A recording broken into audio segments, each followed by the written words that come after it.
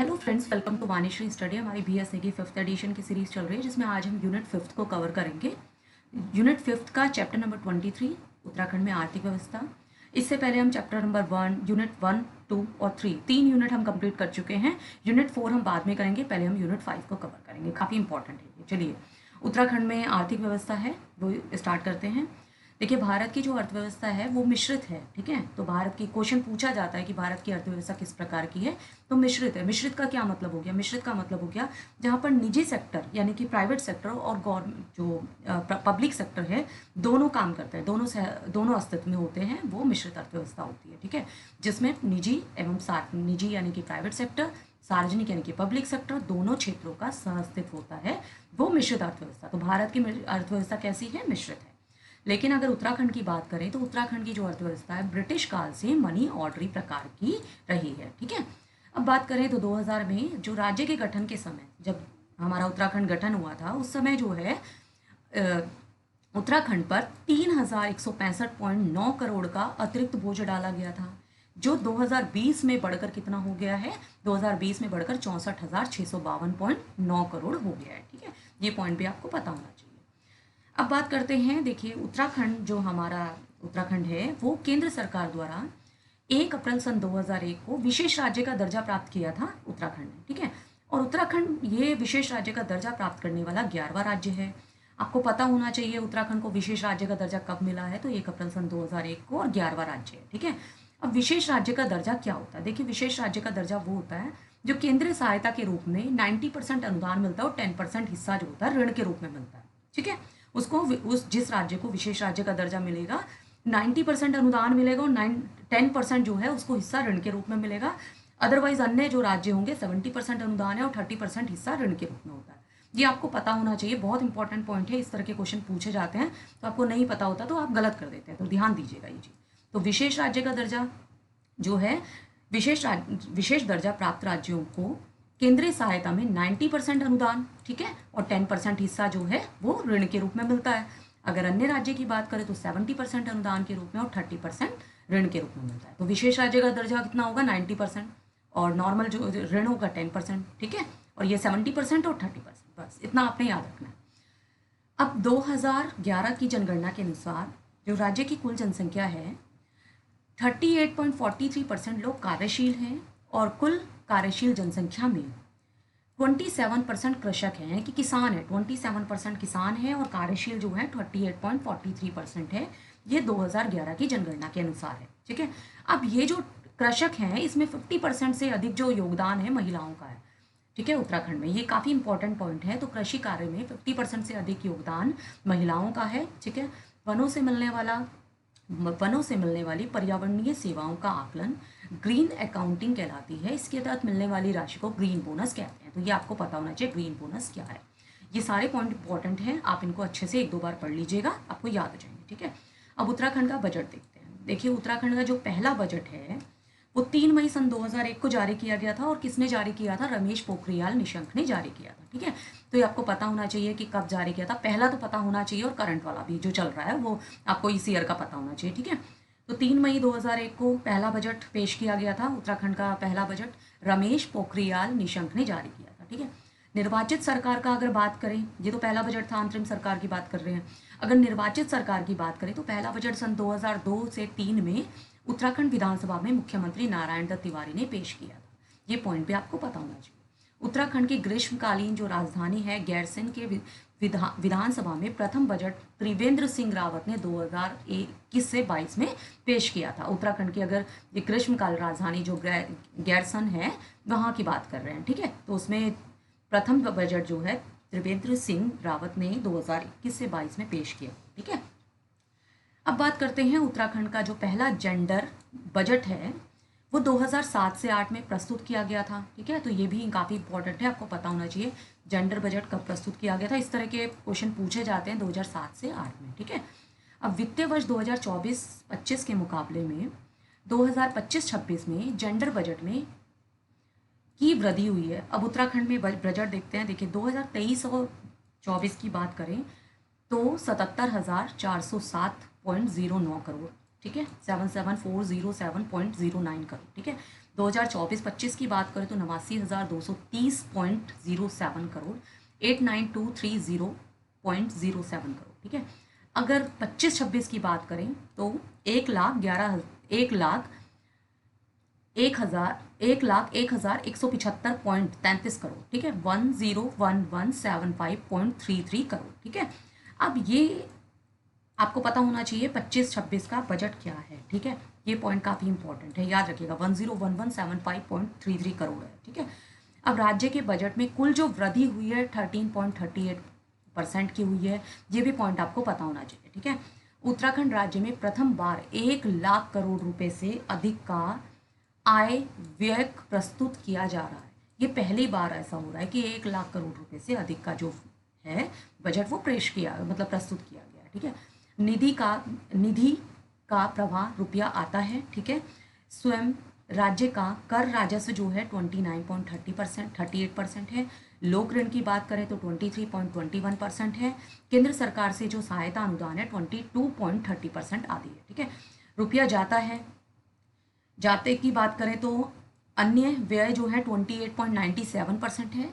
वेतन भत्ते और मजदूरी आदि अधिष्ठान व्यय जो है 23.98% है। पेंशन की बात करें, पेंशन अनुतोषित व्यय जो पेंशन है उसका जो है उसका व्यय का वो है जो 12.13%, ठीक है। तो जो अन्य व्यय है 28.97% है, सबसे ज़्यादा अन्य व्यय है, ठीक है। और रुपया आता है तो ये आपने ध्यान देना है कि स्वयं राज्य जो कर राजस्व है उससे आता है 29.38%, ठीक है। तो ये क्वेश्चन भी पूछा जाता है कि सबसे ज़्यादा जो परसेंट है रुपया कहाँ से आता है, या सबसे ज़्यादा परसेंट जो है रुपया कहाँ जाता है, कहाँ किस में जाता है। तो अन्य व्यय में सबसे ज़्यादा है, कितना है, 28.97%। और वेतन भत्ते मजदूरी आदि में जो है व्यय 23.97%। पेंशन की बात करें तो 12.13%, ठीक है। तो आपने याद रखना है अन्य व्यय कितना है 28.97%, ठीक है। 2025-26 में देखिए ज्ञान जो है ये बहुत इंपॉर्टेंट है। ये पॉइंट 2025-26 का ज्ञान आधारित बजट, तो आपसे ज्ञान पूछ लिया जाएगा ज्ञान क्या है, ठीक है, या फिर आपसे पॉइंट ही पूछ लिया जाता है कि 2025-26 में कौन कौन से पॉइंट जो हैं बजट में प्रस्तुत किए गए, बिंदु कौन कौन से, ज्ञान में कौन कौन से बिंदु। तो आप याद रखिएगा, ज्ञान जी का मतलब है गरीब कल्याण, ए का मतलब है अन्नदाता, वाई का मतलब है युवा, एन का मतलब है नारी। तो ज्ञान जी गरीब कल्याण, वाई का मतलब युवा, ए का मतलब अन्नदाता और एन का मतलब है नारी, ठीक है। तो ज्ञान का पॉइंट आप याद रखिएगा, ज्ञान का क्या मतलब है। 2025-26 के बजट के जो आधार स्तंभ है वो क्या है, इंपॉर्टेंट है। देखिए अग्रणी उत्तराखंड राज्य की स्थापना हेतु नमो बजट नमो के बिंदु हैं। देखिए नमो जो बजट है ये पेश किया गया है, नमो पॉइंट, ठीक है। और इस तरह ज्ञान आपने याद रखना है, नमो जो पॉइंट है वो याद रखना है। एन मतलब नवाचार, ए मतलब आत्मनिर्भरता, एम मतलब महान विरासत, ओ मतलब ओजस्वी मानव संसाधन, ठीक है। ये नमो का मतलब आपने याद रखना है, ज्ञान का मतलब याद रखना है। और बजट में 2025-26 की बात करें तो ज्ञान और नमो पॉइंट जो है ये आधार स्तंभ के रूप में है। ये मतलब इसमें बताया गया है, तो आपने ज्ञान भी याद रखना है और नमो भी याद रखना है। नवाचार के अंतर्गत दिए गए बिंदुओं में से कुछ प्रमुख बिंदु हैं: पेपरलेस रजिस्ट्रेशन, बायोमेट्रिक आधारित आधार प्रमाणीकरण, स्प्रिंग कलर प्रणाली, लैब ऑन व्हील्स तथा स्मार्ट क्लास, विज्ञान चेतना केंद्र, ठीक है।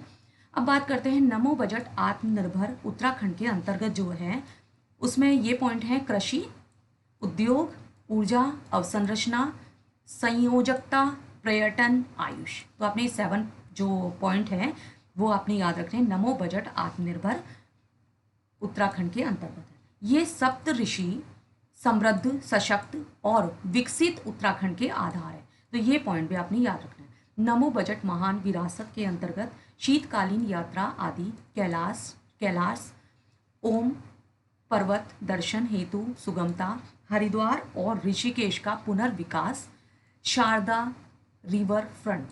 नमो बजट ओजस्वी मानव संसाधन के अंतर्गत दिए गए बिंदुओं में से कुछ प्रमुख बिंदु: कृषकों को प्रोत्साहन, स्टार्टअप प्रोत्साहन, उद्यमिता को प्रोत्साहन, नॉलेज इकोनॉमी, डिजिटल दक्षता, इंफॉर्मेशन टेक्नोलॉजी एवं आर्टिफिशियल इंटेलिजेंसी यानी कि एआई, ओजस्वी मानव संसाधन, पोषण से लेकर शिक्षण, प्रशिक्षण, उद्गम, रोजगार सृजन व विपणन, सभी बिंदुओं को समेटे हुए एक हॉलिस्टिक अप्रोच। अब बात करते हैं रुपया आता है और इसी तरह रुपया जाता है। ये आप जरा फिगर ढंग से इसको देख लीजिएगा, ठीक है। अब स्वयं का जो कर राजस्व 29.38% है, ठीक है, जो सबसे ज़्यादा है। फिर बात करें केंद्रीय करों में राज्यांश की 19.46% है। करोत्तर राजस्व 5.38% है। केंद्रीय सरकार से सहायता अनुदान जो है 22.30% है। ये याद रखिएगा, ये पूछ भी लिया जाता है, सहायता अनुदान जो है, ठीक है, तो ये याद रखिएगा। लोक लेखा शुद्ध जो है 0.24% है। ऋणों एवं अग्रिम की वसूली 0.03% है। और लोक ऋण की बात करें 23.31% है, ठीक है। लोक ऋण भी आपको पता होना चाहिए, ठीक है। अब रुपया जाता है, जो वेतन भत्ते मजदूरी वगैरह के ये अधिष्ठान व्यय जो है ये है 23.98%, ठीक है। निवेश ऋण 9.11% है, ठीक है। अब बात करें सहायता अनुदान, अंशदान, राज सहायता, ये है 6.31%। ब्याज और लाभांश की बात करें तो 8.56% है।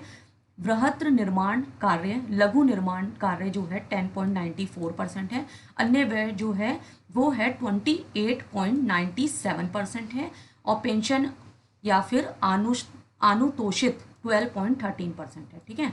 तो जो सबसे ज़्यादा अन्य व्यय है वो सबसे ज़्यादा है और 25-26 के हिसाब से वो 28.97% है, ठीक है।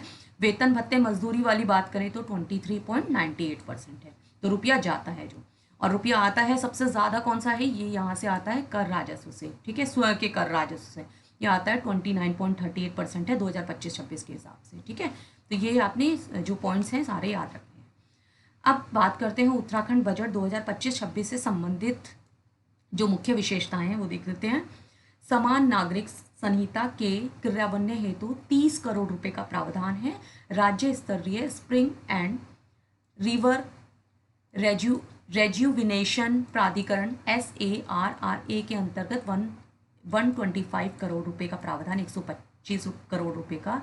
कैंपा योजना हेतु 395 करोड़ रुपए का प्रावधान है। ये कैंपा योजना आपने याद रखना है, ठीक है। जलवायु परिवर्तन शमन हेतु 60 करोड़ रुपए का प्रावधान है। सार्वजनिक वनों के सर्जन के लिए सार्वजनिक वनों के सर्जन हेतु जो है 10 करोड़ का प्रावधान है। भारतीय न्याय संहिता हेतु जो है 20 करोड़ रुपए का प्रावधान है। पुलिस विभाग में मादक जो शराब वगैरह होती है उनकी बात कर रहे हैं, पदार्थों से संबंधित मुखबिरों के उत्साहवर्धन हेतु 10 लाख का प्रावधान है। टिहरी झील के विकास के लिए 100 करोड़ रुपए का प्रावधान है। हाउस ऑफ हिमालयाज हेतु 15 करोड़ रुपए का प्रावधान है। लखवाड़ बांध प्रोजेक्ट हेतु 285 करोड़ रुपए का प्रावधान है। और जमरानी बांध हेतु 625 करोड़ रुपए का प्रावधान है, ठीक है। सौंग बांध हेतु 75 करोड़ रुपए का प्रावधान है। पलायन रोकथाम हेतु 10 करोड़ रुपए का प्रावधान है। मिलेट मिशन योजना के प्रोत्साहन हेतु 4 करोड़ रुपए का प्रावधान है। मिशन एप्पल योजना के अंतर्गत 35 करोड़ रुपए का प्रावधान है। नंदा गौरा योजना हेतु 157.84 करोड़ रुपए का प्रावधान है। मुख्यमंत्री आंचल अमृत योजना हेतु 14 करोड़ रुपए का प्रावधान है। मुख्यमंत्री स्वरोजगार योजना हेतु 60 करोड़ रुपए का प्रावधान है। खेल महाकुंभ के आयोजन हेतु 15 करोड़ रुपए का प्रावधान है। उदीयमान खिलाड़ियों को छात्रवृत्ति हेतु 10 करोड़ रुपए का प्रावधान है। पंडित दीनदयाल उपाध्याय ग्रामीण कौशल योजना के हेतु 21.60 करोड़ रुपए का प्रावधान है। बालिका शिक्षा प्रोत्साहन साइकिल योजना हेतु 15 करोड़ रुपए का प्रावधान है। शिक्षा का अधिकार अधिनियम के अंतर्गत 178.83 करोड़ रुपए का प्रावधान है, ठीक है। अब उत्तराखंड जो अर्थव्यवस्था के प्रमुख घटक हैं ये देख लेते हैं, काफ़ी इंपॉर्टेंट है, यहाँ से क्वेश्चन पूछे जाते हैं, ठीक है। प्राथमिक क्षेत्र, द्वितीय क्षेत्र, तृतीय क्षेत्र, ये कितना परसेंटेज है, ठीक है, ये सब पूछा जाता है यहाँ से। अर्थव्यवस्था 3 क्षेत्रों में विभाजित है, ठीक है, 3 क्षेत्र हैं अर्थव्यवस्था के। अब राज्य की अर्थव्यवस्था का आंकलन किया जाता है प्राथमिक क्षेत्र। देखिए प्राथमिक क्षेत्र क्या होता है, जैसे कृषि, पशुपालन, ये सारा खनन, ये सारा का सारा प्राथमिक में आता है। ठीक है, अब विनिर्माण वगैरह होता है। ठीक है, जो कच्चा माल, यहाँ से आप ये समझिए, कृषि है, पशुपालन है, खनन है, ठीक है, उत्खनन, वानिकी, मत्स्य, ये आता है प्राथमिक क्षेत्र। द्वितीय क्षेत्र की बात करें तो विनिर्माण है, निर्माण यानी मैन्युफैक्चर वगैरह आता है। ठीक है, विद्युत आता है, गैस आता है, जल आपूर्ति आता है, उद्योग आता है, ये सारा द्वितीय क्षेत्र का होता है।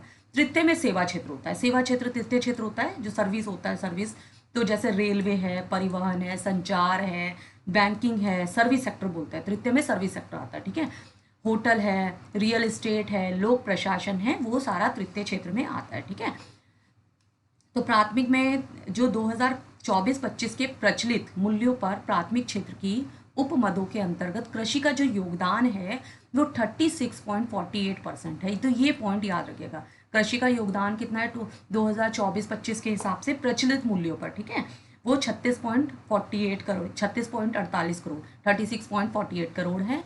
अब द्वितीय क्षेत्र में क्या क्या आता है, विनिर्माण, निर्माण, मैन्युफैक्चर वगैरह, ये सारी चीज़ें आती है। ठीक है, गैस, विद्युत, जल आपूर्ति, उद्योग, अन्य जो उपयोगी सेवाएं आदि आती है, यानी कि विनिर्माण के अंतर्गत कपड़ा, लकड़ी, रबड़, आयरन, स्टील आदि विभिन्न वस्तुओं के निर्माण की आर्थिक गतिविधियों को शामिल किया जाता है। अब 2024-25 में प्रचलित मूल्यों पर, ये प्रचलित मूल्यों की बात करें, स्थिर मूल्यों की बात नहीं कर रहे। ठीक है, तो प्रचलित मूल्यों की बात करें, थोड़ा ये पॉइंट याद रखिएगा। ठीक है, तो प्रचलित मूल्यों पर जो तृतीयक क्षेत्र है उसका जो योगदान है, विनिर्माण का योगदान सर्वाधिक है, सबसे ज़्यादा है। ठीक है, 58.56%। ठीक है, अब बात करते हैं तृतीय क्षेत्र की।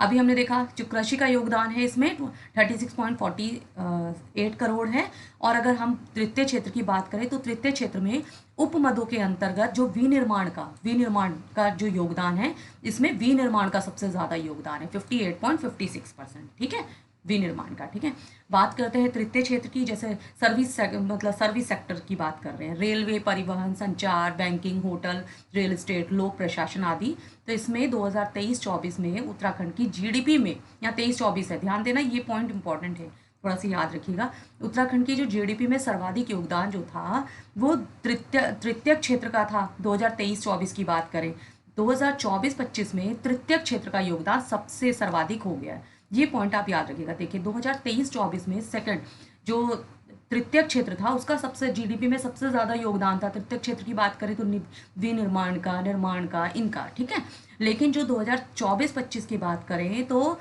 इसके 24-25 में उत्तराखंड की जीडीपी में सबसे ज़्यादा योगदान है तृतीय क्षेत्र का, यानी कि सर्विस सेक्टर का ज़्यादा योगदान, सबसे ज़्यादा योगदान रहा है। ये पॉइंट आप याद रखिएगा। ठीक है, 23-24 में पूछा जाए तो सेकंड वाले का है, 24-25 में पूछा जाए तो सर्विस सेक्टर वाला यानी थर्ड वाले का, तृतीय क्षेत्र का। ठीक है, 2024-25 में प्रचलित मूल्यों पर तृतीय क्षेत्र की उपमदों के अंतर्गत व्यापार, होटल, जलपान ग्रहण जो ग्रह है उसका योगदान सबसे ज़्यादा है, 38.15% इसमें। ठीक है, जो सर्विस सेक्टर में व्यापार का, होटल का, जलपान ग्रह का, इसका सबसे ज़्यादा योगदान है, 38.15%। ठीक है, अब बात करते हैं राज्य अर्थव्यवस्था, तीनों क्षेत्रों का योगदान। देखिए तीनों क्षेत्रों का योगदान देख लेते हैं। देखिए अभी 24-25 की बात कर रहे हैं। ठीक है, 24-25 में जो प्राथमिक क्षेत्र है उसका 9.34% है। ठीक है, ये टोटल की बात कर रहे हैं, और ये हमने पढ़े थे तो ये जो हमने रीड किया था ये था कि इनका सबसे ज़्यादा योगदान है। ठीक है, इनमें से इनका। ठीक है, तो ये पॉइंट ध्यान दीजिएगा। तो 24-25 में प्राथमिक का सेक्टर का जो योगदान है, जो कितना परसेंट योगदान है, 9.34%। द्वितीय क्षेत्र की बात करें तो 44.65%। तृतीय की बात करें तो 46.2%। ठीक है, 02%। ठीक है, ये याद रखिएगा। अब इनको भी देख लेते हैं। 22-23 को देखिए, 22-23 में क्या था, प्राथमिक क्षेत्र 12.36% था, द्वितीय क्षेत्र 46.21% था, तृतीय क्षेत्र की बात करें तो 41.43% था। ठीक है, तो 2022-23 में भी सबसे ज़्यादा जो योगदान था वो सेकंड वाले का था, 46.21%। 23-24 में भी सबसे ज़्यादा योगदान द्वितीय क्षेत्र का था, तो इसमें 23-24 में प्राथमिक का 9.99% है, तृतीय क्षेत्र की बात करें 46.84% है, तृतीय क्षेत्र की बात करें 43.17% है। ठीक है, तो सबसे ज़्यादा 22-23 में बात करें तो द्वितीय क्षेत्र का था 46.21%, 23-24 में बात करें तो द्वितीय क्षेत्र का योगदान था 46.84%, और अगर 24-25 की बात करें तो इस बार सबसे ज़्यादा जो परसेंट योगदान है वो तृतीय क्षेत्र का। ठीक है, सर्विस सेक्टर का ज़्यादा योगदान है, 46.02% का। यहाँ ये पूछा जाता है कि प्राथमिक सेक्टर का कितना % योगदान है। अभी जो एग्जाम हुए थे उसमें 23-24 का पूछ रखा है, 23-24 का कितना है प्राथमिक सेक्टर का, तो यहाँ है 9.99%, और अगर 24-25 की बात करें तो 9.34%। ये कम हो गया है, ठीक है। तो ये चीज़ पॉइंट आप ध्यान दीजिएगा, ये तीनों आप ये याद रखिएगा। 22 से इसका भी आप थोड़ा ध्यान देख लीजिएगा, लेकिन 23, 24, 25, 26 का याद रखिएगा। अब ये प्रति व्यक्ति आय भी पूछी जाती है, ठीक है। उत्तराखंड की प्रति व्यक्ति आय देखिए, राज्य गठन के समय 2000 से लेकर 2001 में उत्तराखंड की अर्थव्यवस्था में 14,501 करोड़ रुपए प्रति व्यक्ति आए। 15 राज्य गठन के बाद 2000 से लेकर 2001 में उत्तराखंड की जो अर्थव्यवस्था 14,501 करोड़ रुपए एवं प्रति व्यक्ति जो आय थी वो थी 15,286 रुपये थी, ठीक है। तो उस समय उत्तराखंड की जो अर्थव्यवस्था थी वो थी 14,501 करोड़ रुपए, ठीक है, जिसमें प्रति व्यक्ति आय कितनी थी 15,286 रुपये प्रति व्यक्ति आय थी उस समय, ठीक है। अब बात करें अब कितनी है, तो उत्तराखंड में प्रति व्यक्ति जो आय है 2024-25 की, ये तो थी 2000 से लेकर 2001 की बात कर रहे हैं, ठीक है, जब हमारा गठन हुआ उत्तराखंड का। अब बात करें 2024 की, 24-25 की प्रति व्यक्ति आय, आपको याद होनी चाहिए प्रति व्यक्ति आय पूछी जाती है, ठीक है। तो वित्तीय वर्ष 2024-25 की बात करें तो 2,74,064 रुपये है, 274,064, ये आप याद रखिएगा। 23-24 में कितनी थी 2,46,178 करोड़ रुपए थी। 2022-23 में कितनी थी 2,30,994 करोड़, ठीक है। ये प्रति व्यक्ति आय थी वित्तीय वर्ष इतने में, ठीक है। तो अभी प्रति व्यक्ति आय कितनी है 2024-25 में 2,74,064, ठीक है, इतनी है। आप ये याद रखिएगा, 23 की भी याद रखिएगा और 24 की भी याद रखिएगा। आर्थिक सर्वेक्षण 2023-24 के अनुसार उत्तराखंड, 23-24 की बात कर रहे हैं, ठीक है। 23-24 के अनुसार उत्तराखंड राज्य का सर्वाधिक प्रति व्यक्ति आय वाले जनपद, ये याद रखिएगा। पहला हरिद्वार सबसे ज़्यादा प्रति व्यक्ति आय है, उसके बाद जो उससे कम जो है उधम सिंह नगर की है, उससे कम देहरादून है, तो तीनों याद रखिएगा। और सबसे कम प्रति व्यक्ति आय वाला जनपद की बात करें रुद्रप्रयाग है सबसे कम, फिर उससे ऊपर जो है उससे ज़्यादा थोड़ी ज़्यादा है बागेश्वर की, उससे ज़्यादा है अल्मोड़ा की, ठीक है, ये याद रखिएगा। सबसे ज़्यादा जो है प्रति व्यक्ति है हरिद्वार की है, सबसे कम जो है रुद्रप्रयाग की है, ठीक है। उत्तराखंड में 2023-24 के मुकाबले 24-25 में प्रति व्यक्ति आय 11.33% की वृद्धि हुई है, ये पॉइंट भी याद रखिएगा। तो 23-24 से लेकर 24-25 में प्रति व्यक्ति आय वृद्धि कितनी हुई है 11.33% की वृद्धि हुई है। राजकोषीय घाटा देख लेते हैं, काफ़ी इंपॉर्टेंट है, ये भी पूछा जाता है। किसी वित्तीय वर्ष में सरकार के कुल राजस्व और कुल व्यय के बीच का जो अंतर होता है, कुल देखिए किसी वित्तीय वर्ष में सरकार के कुल राजस्व, कितना राजस्व है, और कुल व्यय जो उसका व्यय है, उसके बीच का अंतर राजकोषीय घाटा कहलाता है। ये पूछा जाता है कि राजकोषीय घाटा अभी कितना है, ठीक है। तो अब देख लेते हैं, देखिए राजकोषीय घाटा 23-24 के हिसाब से जो है 9,046.91 करोड़, ठीक है, 91 करोड़ 9046.91 करोड़, ठीक है, था, जो सकल घरेलू उत्पाद का 2.7% था। तो 2023-24 में जो कितना था राजकोषीय घाटा 9046.91 करोड़। अब बात करें 2024-25 में, तो राजकोषीय घाटा जो है अनुमानित है, ठीक है, ये अनुमानित था। 2024-25 में कितना था 9,416.43 करोड़, तो 9,416.43 करोड़ है, 9,416.43 करोड़ अनुमानित जो था। लेकिन 2024-25 में कुल राजकोषीय घाटा जो है ये है 9,526.35 करोड़, ठीक है। तो राजकोषीय घाटा कितना है, ये तो अनुमानित था, ठीक है, लेकिन 24-25 में राजकोषीय घाटा जो है वो है 9,526.35 करोड़, 9,526.35 करोड़, जो कि सकल घरेलू उत्पाद का लगभग 2.39% है, जीडीपी का 2.39% है, ठीक है। 23-24 में कितना था ये याद रखिएगा, जीडीपी का 2.7% है, और 24-25 की बात करें तो जीडीपी का 2.39% है, और कितना है 9,526.35 करोड़। 23-24 में 9,046.91 करोड़, ठीक है, ये 23-24 का है, ये इतना। अनुमानित की बात करें तो ये है, ठीक है। 2025-24 में, अब अनुमानित 25-24 में अनुमानित दे दिया है, ठीक है। अब 25-26 में अनुमानित कितना है राजकोषीय घाटा जो है वो है 12,604.92 करोड़। ये अनुमानित है, ठीक है, इन्होंने अनुमान लगा रखा है इतना कितना हो सकता है, ठीक है। और जो जीडीपी का 2.94% है। तो याद रखिएगा, अनुमानित पूछा जाता तो अनुमानित आपने लगाना है जो ऑप्शन में, ठीक है। और आपसे ये ईयर भी आप थोड़ा सा देख लीजिएगा, ठीक है, ढंग से याद रखिएगा। अब बात करते हैं बहुआयामी गरीबी सूचकांक 2023। नीति आयोग ये रिपोर्ट जारी करता है, ठीक है। तो बहुआयामी गरीबी सूचकांक 2023 में उत्तराखंड का जो स्थान है 15वां है, पूछा जाता है, याद रखिएगा। 2015-16 में उत्तराखंड बहुआयामी गरीबी, जो गरीब लोग थे 17.67% थे। 2019-21 की बात करें तो 9.67% लोग बहुआयामी गरीबी रेखा से बाहर निकल गए हैं, ठीक है। अब राज्य में बहुआयामी गरीबी के अंतर्गत सबसे कम जो लोग हैं वो देहरादून में हैं 3.02%, रुद्रप्रयाग में 5.14%, पिथौरागढ़ में 6.48%। तो सबसे ज़्यादा कम जो है वो देहरादून में है। ये पूछा जाता है, आप याद रखिएगा, ठीक है। और ये भी पूछा जाता है राज्य में बहुआयामी गरीबी के अंतर्गत सर्वाधिक जो लोग हैं वो हरिद्वार में है, 16.69% है। उधम सिंह नगर में फिर है 11.26%। इससे कम जो है नैनीताल में थर्ड वाला 10.09%, ठीक है। सबसे कम देहरादून है, सबसे ज़्यादा जो है वो हरिद्वार है। अल्मोड़ा जिले में सर्वाधिक 16.18% लोग गरीबी रेखा से बाहर निकले। तो गरीबी रेखा से बाहर जो सबसे ज़्यादा निकले हैं वो अल्मोड़ा जिले में निकले हैं 16.18%। तो ये आप थोड़ा सा आंकड़े इनके याद रखिएगा। 15वां स्थान है। राज्य की विकास वृद्धि दर की देख लेते हैं। ये तो वित्तीय वर्ष 2022-23 में राज्य विकास दर 7.63% था। 23-24 में राज्य जो विकास दर का अनुमान था 7.58% अनुमान था। लेकिन 23-24 में अंतिम अनुमान के अनुसार 7.83 की वृद्धि आकी गई है, ठीक है। वित्तीय वर्ष 2024-25 में राज्य विकास दर का अनुमान 6.61% है। तो ये आप याद रखिएगा, ठीक है। अब सकल राज्य घरेलू उत्पाद GSDP, ठीक है, GSDP जो है इसका देखते हैं। वर्ष 2023-24 की तुलना में वर्ष 2024-25 में सकल राज्य घरेलू उत्पाद में 13.59% की वृद्धि हुई है।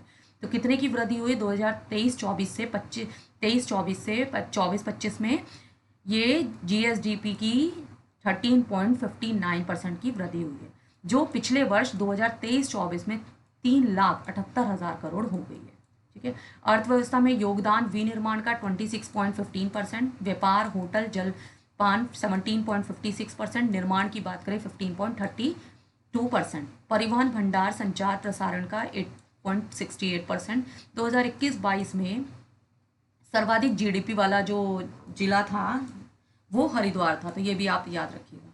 सबसे कम GDP वाला जो जिला है, जनपद है, वो रुद्रप्रयाग है, ठीक है। तो 2021-22 की बात करें, सबसे ज़्यादा जो GDP वाला जिला हरिद्वार है, सबसे कम GDP वाला जो जिला है वो रुद्रप्रयाग है। उत्तराखंड राज्य के जो वित्त आयोग की सिफारिश देख लेते हैं। देखिए 9 नवंबर सन 2000 राज्य गठन के लिए 11वें वित्त आयोग की सिफारिश 1 अप्रैल सन 2000 में लागू हुई थी, जिसमें राज्य को 5,295.8 करोड़ अनुदान की संस्तुति की गई थी। 12वें वित्त आयोग की संस्तुति 1 अप्रैल 2005 को लागू हुई थी, जिसने राजकोषीय उत्तरदायित्व एवं बजट प्रबंधन अधिनियम 2005 बनाने की अनिवार्यता रखी थी। 12वें वित्त आयोग संस्तुति के आधार पर राज्य को 2005 से 10 की अवधि के लिए 12,194.4 करोड़ का अनुदान प्राप्त हुआ था। 13वें वित्त आयोग की बात करें तो 2010 से 15 की अवधि के लिए राज्य को 20,308 करोड़ का अनुदान प्राप्त हुआ था। 14वें वित्त आयोग की बात करें तो 14वें वित्त आयोग की संस्तुति के आधार पर राज्य को कर अंतरण 32% से बढ़ाकर 42% कर दिया गया, जिसमें राज्य करों को 1.052% भाग उत्तराखंड को मिला था, ठीक है। उत्तराखंड राज्य की प्रथम मानव विकास रिपोर्ट, जो उत्तराखंड राज्य की ह्यूमन डेवलपमेंट रिपोर्ट थी पहली, उसको देखते हैं। देखिए उत्तराखंड राज्य की प्रथम मानव विकास रिपोर्ट जो है 27 जुलाई 2019 में जारी की गई। इसमें राज्य का मानव विकास जो सूचकांक है 0.718 था, ठीक है। मानव विकास सूचकांक की दृष्टि से देहरादून 0.765 प्रथम एवं हरिद्वार 0.733 सेकंड स्थान पर हरिद्वार था। देखिए ह्यूमन डेवलपमेंट रिपोर्ट जो थी मानव विकास सूचकांक की दृष्टि से पहला स्थान जो था हरिद्वार का था, दूसरा स्थान पहला देहरादून का था, दूसरा जो था वो हरिद्वार का था, और जो सबसे अंतिम स्थान था वो टिहरी था, सबसे लास्ट में टिहरी जनपद था। लैंगिक विकास सूचकांक के आधार पर प्रथम स्थान जो है उत्तरकाशी का, दूसरा स्थान रुद्रप्रयाग का और अंतिम जो था हरिद्वार जनपद का था। HDI human development index report के अनुसार उत्तराखंड का लैंगिक विकास सूचकांक 0.727 है। बहुआयामी गरीबी सूचकांक की दृष्टि से प्रथम स्थान जो है उत्तरकाशी का है, अंतिम की बात करें देहरादून है, ये पॉइंट याद रखिएगा। मानव विकास सूचकांक रिपोर्ट के अनुसार सबसे अधिक सकल जिला घरेलू उत्पाद वाला जो जनपद है वो हरिद्वार है। न्यूनतम सकल जिला घरेलू उत्पाद वाला जो है वो रुद्रप्रयाग है। हम पहले पढ़ भी चुके हैं कि तो GDP तो ह्यूमन डेवलपमेंट इंडेक्स के हिसाब से सबसे अधिक जो सकल जिला है वो हरिद्वार है, सबसे कम जो है रुद्रप्रयाग है। भारत में पहली बार राज्य स्तर पर मानव विकास सूचकांक मध्य प्रदेश ने जारी किया था। तो सबसे पहले भारत में सबसे पहले ह्यूमन डेवलपमेंट इंडेक्स जो है किसने जारी किया था? MP ने जारी किया था। अंतर्राष्ट्रीय स्तर पर मानव विकास सूचकांक संयुक्त राष्ट्र विकास कार्यक्रम UNDP जारी करता है। देखिए ह्यूमन डेवलपमेंट इंडेक्स जो इंटरनेशनल होता है वो कौन जारी करता है? UNDP करता है। और सबसे पहले किसने किया था? ये किया था मध्य प्रदेश ने। ठीक है, भारत की बात करें, मानव विकास सूचकांक के 3 आयाम होते हैं। 3 आयाम ये याद रखिएगा, ये पूछे जाते हैं। ठीक है, एक तो जीवन प्रत्याशा है, दूसरा शिक्षा है, तीसरा आय है। ये इंपॉर्टेंट पॉइंट है। ठीक है, तो जीवन प्रत्याशा पहला है ह्यूमन डेवलपमेंट इंडेक्स में, फिर शिक्षा दूसरा है और आय तीसरा है। ठीक है, अब बात करते हैं उत्तराखंड में श्रम बल की स्थिति। PLFS जारीकर्ता कौन है? सांख्यिकी एवं कार्यक्रम क्रियान्वयन मंत्रालय। अवधि है जून 2023 से लेकर जून 2024 तक। तथ्य श्रम बल सर्वेक्षण रिपोर्ट के अनुसार उत्तराखंड राज्य में रोजगार सर्जन में राष्ट्रीय औसत से बेहतर प्रदर्शन किया है। बेरोजगारी दर की बात करें, सभी आयु वर्ग में राज्य की जो बेरोजगारी दर है वो 4.5% से घटकर जो है 4.3% हो गई है। ये पॉइंट आपने याद पता होना चाहिए। 15 से 29 वर्ष के महत्वपूर्ण आयु समूह में बेरोजगारी दर विगत वर्ष की तुलना में 14.2% से घटकर 9.8% हो गई है। श्रमिक जनसंख्या अनुपात विगत वर्ष की तुलना में 2023-24 में सभी आयु वर्ग के लिए श्रमिक जनसंख्या अनुपात 40.6% से बढ़कर 44.2% हो गया है। तो जो श्रमिक जनसंख्या अनुपात है वो 40.6% से बढ़कर कितना हो गया? 44.2% हो गया है। श्रम बल भागीदारी दर की बात करें तो विगत वर्ष की तुलना में 23-24 में सभी आयु वर्ग के लिए श्रम बल भागीदारी 42.5% से बढ़कर 46.2% हो गई है। ठीक है, महिला जो पुरुष बेरोजगारी है ये विगत वर्ष की तुलना में 2023-24 में वर्ष जो 2023-24 में पुरुष समूह की जो बेरोजगारी दर है ये घट गई है। ये पॉइंट इंपॉर्टेंट है। जो पुरुष वर्ग की बेरोजगारी दर है 4.6% से घटकर 4.5% हो गई है। ठीक है, तो ये आपने याद रखना है। जबकि महिलाओं की बेरोजगारी दर जो है ये बढ़ गई, ये भी 4.2% से घटकर 4.1% हो गई है। तो जो महिला बेरोजगारी दर है और पुरुष बेरोजगारी दर है वो दोनों घट गई हैं। पुरुष बेरोजगारी दर विगत वर्षों से 2023-24 में 4.6 से 4.5% हो गई है। महिला बेरोजगारी दर की बात करें 4.2% से 4.1% हो गई है। ग्रामीण है शहरी बेरोजगारी देख लेते हैं। देखिए ग्रामीण क्षेत्र में 15 से अधिक आयु वर्ग में पुरुष समूह की जो बेरोजगारी दर है 3.9%, जबकि शहरी क्षेत्रों में बेरोजगारी दर 6.6% से घटकर 5.8% हो गई है। ठीक है, तो जो ग्रामीण है शहरी बेरोजगारी दर है, ग्रामीण क्षेत्र में जो 15 वर्ष से अधिक आयु के पुरुष बेरोजगार हैं उनकी बेरोजगारी दर 3.9%, जबकि शहरी क्षेत्र में जो बेरोजगारी दर वो घट गई है 6.6% से घटकर 5.8% हो गई है। तो ये 3-4 पॉइंट है, आप इनको याद रखिएगा। ठीक है, अब उत्तराखंड में कराधान यानी कि टैक्सेशन देख लेते हैं। देखिए राज्य की सकल प्राप्तियों में माल एवं सेवा कर जो GST तथा मूल्य वर्धित कर वैट का योगदान लगभग 50% होने के कारण यह राज्य की आय का प्रमुख महत्वपूर्ण स्रोत है। तो GST सबसे ज़्यादा राज्य की सकल प्राप्तियों में सबसे ज़्यादा जो योगदान है GST का है और वैट का है 50% होने के कारण। ठीक है, लगभग 50% है। कर संग्रह की बात करें तो 9 नवंबर सन 2000 को राज्य के अस्तित्व में आने के पश्चात सन से लेकर 2001 में प्राप्त कर संग्रह 233 करोड़ था, जो 2023-24 तक 48 गुना बढ़कर 11,288.90 करोड़ हो गया है। ठीक है, दिसंबर 2024 तक कुल राजस्व जो संग्रह है 8,875.42 करोड़ रह गया है। ठीक है, कुल राजस्व जो संग्रह है, दिसंबर की बात करें, दिसंबर 2024 तक कुल राजस्व संग्रह जो है वो है 8,875 करोड़ रहा है। ठीक है, ये इतना रहा है। ठीक है, ये दिसंबर 2024 तक। ठीक है, राज्य के कर राजस्व का जो बड़ा स्रोत है वो व्यापार कर या वैट होता है। ठीक है, वैट जो है कब लागू किया गया था ये पूछा जाता है, 2005 में लागू किया गया था। ठीक है, जिसके बाद क्रमशः राज्य उत्पाद शुल्क है, स्टाम्प शुल्क है, वाहन कर होता है। ठीक है, अब मूल्य वर्धित कर जो वैट है, वैट भारत में मूल्य वर्धित कर या वैट जो है ये पूछा जाता है 1 अप्रैल 2005 को लागू हुआ था, तो ये याद रखना है। उत्तराखंड वैट जो है 1 अप्रैल 2005 को लागू करने वाला देश का 22वें राज्य था। ठीक है, इसके तहत करदाता को टिन नंबर दिया जाता था। उत्तराखंड में मूल्य वर्धित कर अधिनियम अक्टूबर 2005 में लागू हुआ था, तो ये भी याद रखना है, ये अधिनियम कब लागू हुआ था और ये कब। ठीक है, अब बात करते हैं जीएसटी। जीएसटी भी पूछा जाता है कब पारित हुआ था। ठीक है, माल एवं सेवा कर, जीएसटी एक प्रकार का अप्रत्यक्ष कर है, ये आपने याद रखना है। ठीक है, जिसके तहत सेवा कर, बिक्री कर आदि शामिल किए जाते हैं। उत्तराखंड विधानसभा में जीएसटी विधेयक 2 मई 2017 को पारित हुआ। उत्तराखंड जीएसटी विधेयक पारित करने वाला देश का 5वां राज्य है। ठीक है, उत्तराखंड के लिए जीएसटी कोड 05 है। 1 जुलाई 2017 को जीएसटी विधेयक पूरे देश में लागू हुआ। ये पॉइंट याद रखिएगा, कब हुआ है पूरे देश में लागू, 1 जुलाई 2017 को। ठीक है, जिसके लिए जीएसटी परिषद 12 सितंबर 2016 को बनाई गई थी। इसके अध्यक्ष केंद्रीय वित्त मंत्री होते हैं।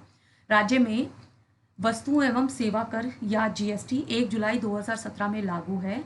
राज्य में ई वे बिल व्यवस्था 20 अप्रैल 2018 को लागू की गई, तो ई वे बिल व्यवस्था भी याद रखिएगा, ये कब लागू की गई थी, 20 अप्रैल 2018 को। वर्तमान में जो जीएसटी है उसकी 4 मदें हैं, 5%, 12%, 18%, 28%, ये भी आपको पता होना चाहिए। ठीक है, ये पूछ लिया जाता है ये भी। जीएसटी के तहत राज्य सरकार राज्य के अंतर्गत SGST, जबकि केंद्र जो है CGST एवं IGST एकत्रित करती है। तो राज्य कौन सा करती है, स्टेट वाला SGST। ठीक है, जीएसटी के अंतर्गत पंजीयन हेतु उत्तराखंड राज्य में बायोमेट्रिक आधारित आधार प्रमाणीकरण व्यवस्था 31 जुलाई 2024 से लागू कर दी गई है। देश में यह व्यवस्था लागू करने वाला उत्तराखंड चौथा राज्य और उत्तर भारत का पहला राज्य है। स्टाम्प एवं निबंध विभाग राज्य सरकार की एक प्रमुख राजस्व शाखा है, जो नागरिकों की विभिन्न संपत्ति संबंधी लेन देन की रिकॉर्डिंग रखने का कार्य करती है। यह विभाग ई पंजीकरण के तहत नागरिकों को सहज एवं सरल सुविधा प्रदान करता है। ठीक है, अब बात कर लेते हैं बिल लाओ इनाम पाओ योजना। तो ग्राहकों को खरीद का बीजक बिल लेने हेतु प्रोत्साहन दिए जाने एवं बिक्री पर बीजक बिल नहीं देने की प्रवृत्ति पर रोक लगाने के उद्देश्य से राज्य कर विभाग के द्वारा बिल लाओ इनाम पाओ योजना लागू की गई है। यह योजना 1 सितंबर 2022 से 31 मार्च 2023 तक लागू की गई थी। वर्तमान में उक्त योजना को 31 मार्च 2024 तक विस्तारित किया गया है। बिल लाओ इनाम पाओ योजना के अंतर्गत ग्राहकों के द्वारा BLIPU के ऐप के माध्यम से खरीद के बिल अपलोड किए जा सकते हैं। सकल पर्यावरण उत्पाद GEP सकल पर्यावरण उत्पाद सूचकांक GEP बनाने वाला देश का प्रथम राज्य जो है उत्तराखंड बना है। सकल पर्यावरण उत्पाद के 4 स्तंभ हैं, ये पता होने चाहिए कि आपके इसके सकल पर्यावरण उत्पाद के 4 स्तंभ कौन कौन से हैं। तो वायु है, मिट्टी है, वन है, जल है। राज्य ने इन 4 प्राकृतिक संसाधनों जो वायु, मिट्टी, वन और जल को मौद्रिक मूल्य प्रदान करने हेतु इसे सकल पर्यावरण उत्पाद कहा है। GEP सूचकांक 2020 से 22 में तुलनात्मक आंकड़ों को दर्शाता है एवं निर्मित पर्यावरणीय उत्पादों में 0.9% की वृद्धि दर्शाता है। इस सूचकांक के निर्माण में हेस्को संस्थापक डॉक्टर अनिल प्रकाश जोशी की मुख्य भूमिका है। अब बात करते हैं जीईपी, सकल पर्यावरण उत्पाद जो सूचकांक है 4 स्तंभ। तो इसमें जीईपी कैसे है, वायु माइनस जीईपी सूचकांक प्लस जल में जीईपी सूचकांक माइनस करेंगे प्लस मृदा में जीईपी प्लस में फिर करेंगे फिर वन में माइनस करेंगे जीईपी सूचकांक। तो इस तरह से इस फॉर्मूले से जो है जीईपी सूचकांक हम निकाल सकते हैं। ठीक है, नीति आयोग सतत विकास लक्ष्य, ये एसडीजी इंडेक्स 2024 देखिए काफ़ी इंपॉर्टेंट है। ठीक है, इसमें क्या है, भारत स्कोर 2023-24 का जो रहा है 71। इसमें इंपॉर्टेंट ये है कि यहाँ से क्वेश्चन पूछे जाते हैं, जो 17 लक्ष्य हैं इनके। अब इसमें ये पूछा जाने लगा है कि आपने जैसे पहला लक्ष्य कौन सा है, दूसरा कौन सा है, तो आपको याद होने चाहिए। पहला गरीबी उन्मूलन है, दूसरा शून्य भुखमरी है, ठीक है, तीसरा अच्छा स्वास्थ्य खुशहाली, चौथा जो है गुणवत्तापूर्ण शिक्षा। आप इस तरह से भी याद रख सकते हैं, जैसे पहला गरीबी है, दूसरा अब गरीबी होगी तो भुखमरी होगी, तो दूसरा भुखमरी है, तीसरा अगर भुखमरी होगी तो स्वास्थ्य खराब होगा, तो अच्छा स्वास्थ्य रखने के लिए आप याद रखिएगा तीसरा कौन सा है, अच्छा स्वास्थ्य और खुशहाली। अगर स्वास्थ्य अच्छा नहीं होगा तो शिक्षा नहीं मिलेगी, तो चौथा नंबर गुणवत्तापूर्ण शिक्षा करना है इनका। ठीक है, पांचवा जो है लैंगिक समानता है, छठा जल, स्वच्छ जल और स्वच्छता, सातवां जो है सस्ती एवं प्रदूषण मुक्त ऊर्जा, आठवां जो है उत्कृष्ट कार्य एवं आर्थिक वृद्धि। ठीक है, नौवां जो है उद्योग नवाचार और बुनियादी सुविधाएं, 10वां जो है आर्थिक असमानताओं में कमी, 11वां जो है संवहनीय शहर और समुदाय, 12वां संवहनीय उपभोक्ता एवं उत्पादन, 13वां जलवायु कार्यवाही, 13वां बहुत पूछा जाता है 13वां वाला भी। ठीक है, 14 है जलीय जीवों की सुरक्षा, 15 है थलीय जीवों की सुरक्षा, 16 है शांति न्याय सशक्त संस्थाएं, 17वां लक्ष्य हेतु भागीदारी। तो ये जो सतत विकास के लक्ष्य हैं 17 के 17 आपको याद होने चाहिए। अब ये पूछे जाते हैं तो आपको याद होना चाहिए। ठीक है, नीति आयोग सतत विकास लक्ष्य सूचकांक 2024 में उत्तराखंड 79 अंक को और केरल जो है 79 अंक के साथ प्रथम स्थान पर रखा गया था। ये क्वेश्चन भी अभी लास्ट कुछ एग्जाम हुए थे उनमें पूछा गया है। तो नीति आयोग का जो सतत विकास सूचकांक है 2024 का, इसमें प्रथम स्थान किस किस का है, उत्तराखंड का और केरल का प्रथम स्थान है। ठीक है, और ये भी आप सतत विकास लक्ष्य जो है याद रखिएगा, 17 के 17 ये 17 होते हैं इसमें, और 17 के 17 आपने याद रखने हैं। ठीक है, नेक्स्ट लेक्चर जो हम उत्तराखंड के बैंकिंग व्यवस्था से देखेंगे, चैप्टर नंबर 24। आज का लेक्चर काफ़ी इंपॉर्टेंट है, प्लीज़ आप इसको 2-3 बार अच्छे से देखिए और इसको जो पॉइंट्स हैं आप इनको याद रखिए। मिलते हैं नेक्स्ट लेक्चर में, थैंक यू।